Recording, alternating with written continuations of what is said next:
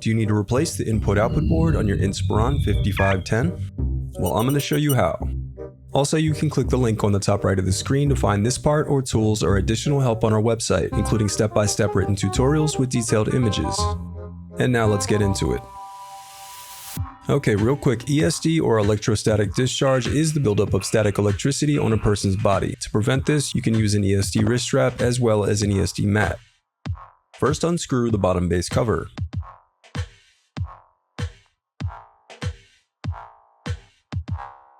Now pry apart and remove the bottom base cover.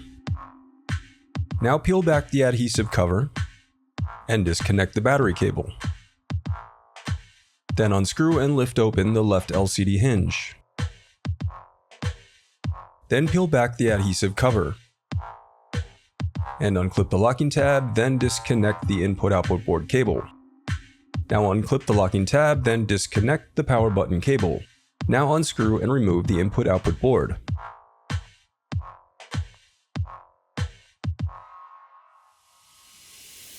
The reassembly of your laptop is as simple.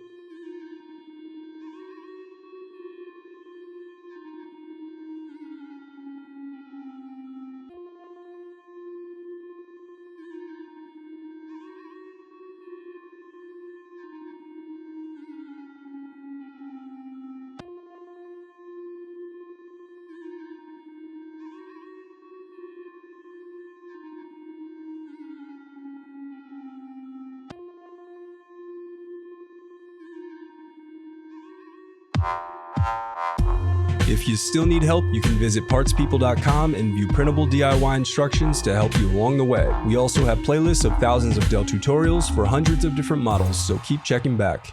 Thanks for watching.